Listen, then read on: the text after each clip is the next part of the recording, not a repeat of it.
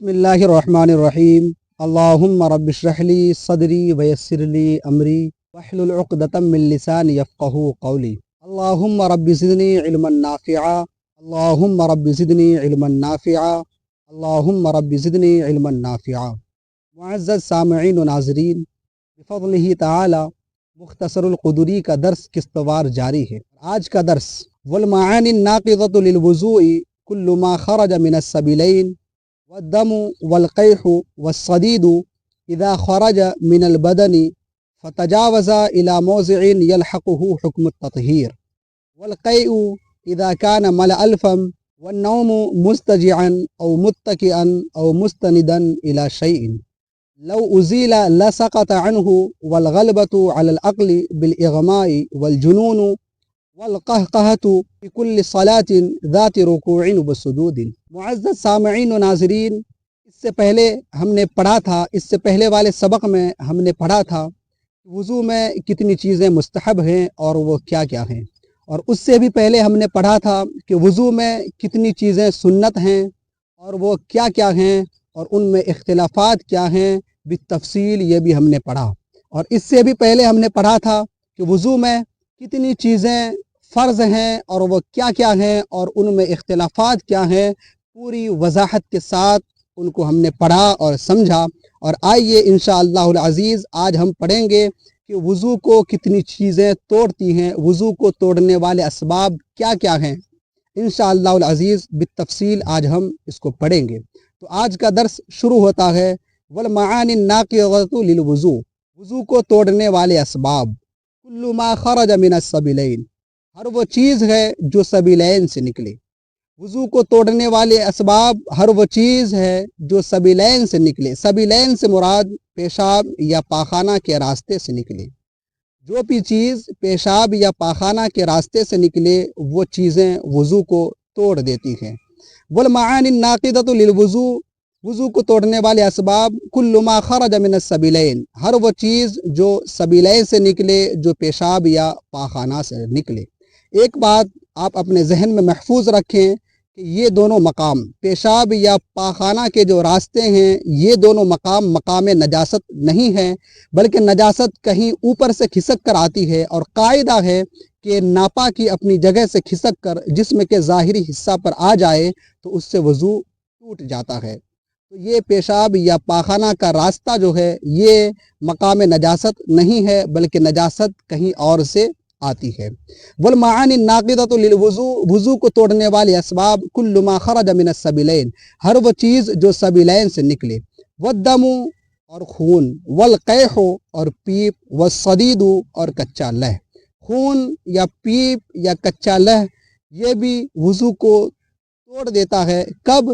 اذا خرج من البدن، جب کہ وہ بدن سے نکلے، فتجاوز، اور وہ بہہ جائے، تجاوز کر جائے، الی موضع، ایسے مقام کی طرف، یلحقہ حکم التطہیر، یلحقہ حکم التطہیر، جس کو پاک کرنے کا حکم لاگو ہو، جس پر پاکی کا حکم لاگو ہو۔ خون اور پیپ اور کچا لہ جب کہ یہ بدن سے نکلے اور ایسے مقام کی طرف بہہ جائے، ایسے مقام کی طرف تجاوز کر جائے، ایسے مقام کی طرف نکل جائے جس کو پاک کرنے کا حکم لاگو ہو، تو وہ بھی ناقض وضو ہے۔ والقیء اذا کان ملأ الفم، والقیء اذا کان ملأ الفم، اور الٹی جب کہ وہ منہ بھر کے ہو۔ الٹی یعنی قے جب کہ وہ منہ بھر کے ہو۔ اب منہ بھر کے کا مطلب کیا ہے؟ منہ بھر کے کا مطلب یہ ہے کہ جس کو بغیر مشقت و کلفت کے روکا نہ جا سکے۔ نواقض وضو میں منہ بھر قے ہے، اور وہ منہ بھر قے وہ ہے جس کو بغیر مشقت اور کلفت کے روکا نہ جا سکے۔ والدم والقیح والصدید اذا خرج من البدن، اور خون اور پیپ اور کچا لہ جب کہ وہ بدن سے نکلے، فتجاوز، اور بہہ جائے، الی موضع، ایسے مقام کی طرف، ایسے جگہ کی طرف، یلحقہ حکم التطہیر، جس کو پاک کرنے کا حکم لاگو ہو۔ والقیء اذا کان ملأ الفم، اور الٹی جب کہ وہ منہ بھر کے ہو۔ والنوم مضطجعا او متکئا او مستندا الى شیء لو ازیل لسقط عنہ، والغلبۃ علی العقل بالاغماء۔ والنوم، اور نیند اور سونا، مضطجعا کروٹ کے بل، او متکئا یا تکیہ لگا کر، او مستندن یا ٹیک لگا کر، الی شیئن ایسی چیز پر، لو ازیلا اگر اسے ہٹا لیا جائے، لسقط عنہ تو وہ گر پڑے، اور نیند کروٹ کے بل یا تکیہ لگا کر یا ایسی چیز پر ٹیک لگا کر کہ اگر اسے ہٹا لیا جائے تو وہ گر پڑے۔ والغلبۃ علی العقل بالاغماء، والغلبۃ علی العقل بالاغماء، اور بے ہوشی کی وجہ سے عقل پر غلبہ ہو جانا، والجنون اور پاگل پن، اور بے ہوشی کی وجہ سے عقل پر غلبہ ہو جانا اور پاگل پن۔ دیکھیں یہاں پر دو لفظ ہے جنہیں سمجھنے کی ضرورت ہے، ایک لفظ ہے اغما اور دوسرا ہے جنون۔ تو آئیے ان دونوں کی مختصر سی تعریف آپ سماعت فرمائیں کہ اغما کی تعریف کیا ہے، اغما کسے کہتے ہیں۔ تو اغما ایک بیماری کا نام ہے جس میں انسان کے قوہ میں کمزوری پیدا ہو جاتی ہے اور عقل مغلوب ہو جاتی ہے۔ اغما ایک بیماری کا نام ہے جس میں انسان کے قوہ میں کمزوری پیدا ہو جاتی ہے اور عقل مغلوب ہو جاتی ہے۔ جنون کسے کہتے ہیں، جنون کی تعریف کیا ہے؟ تو جنون یہ ایک ایسی بیماری ہے جس میں عقل بالکل ختم ہو جاتی ہے۔ جنون ایک ایسی بیماری ہے جس میں عقل بالکل ختم ہو جاتی ہے۔ والنوم مضطجعا او متکئا او مستندا الى شیء لو ازیل لسقط عنہ والغلبۃ علی العقل بالاغماء والجنون، اور نیند اور سونا کروٹ کے بل یا تکیہ لگا کر یا ایسی چیز پر ٹیک لگا کر کہ اگر اسے ہٹا لیا جائے تو وہ گر پڑے، والغلبۃ علی العقل بالاغماء، اور عقل پر غلبہ ہونا بے ہوشی کی وجہ سے، والجنون اور پاگل پن، والقہقہۃ فی کل صلاۃ ذات رکوع وسجود، اور قہقہا لگانا، کھلکھلا کر ہنسنا، اور قہقہا لگانا یعنی کھلکھلا کر ہنسنا رکوع اور سجدہ والی نماز میں۔ قہقہا، دیکھیں قہقہا کی اب تعریف سب سے پہلے سنیں کہ قہقہا اصطلاحی تعریف کیا ہے، قہقہا کسے کہتے ہیں۔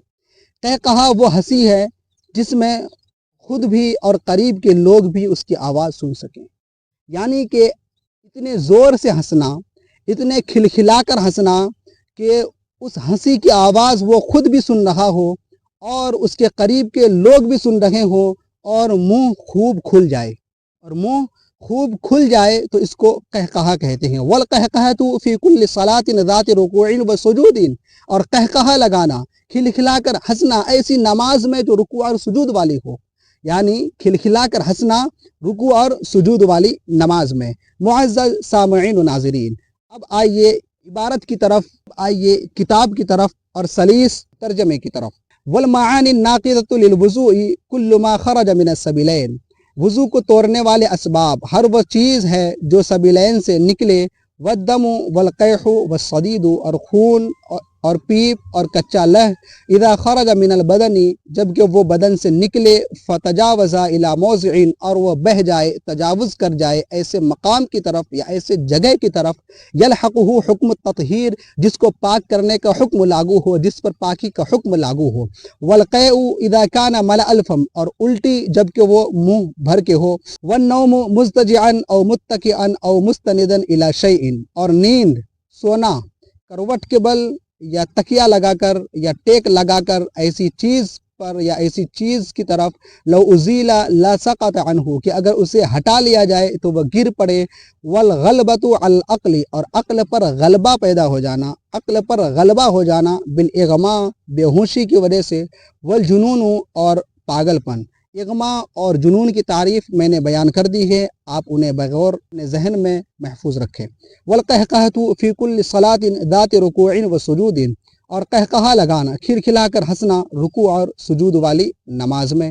تم الدرس اليوم، وآخر دعوانا ان الحمد للہ رب العالمین۔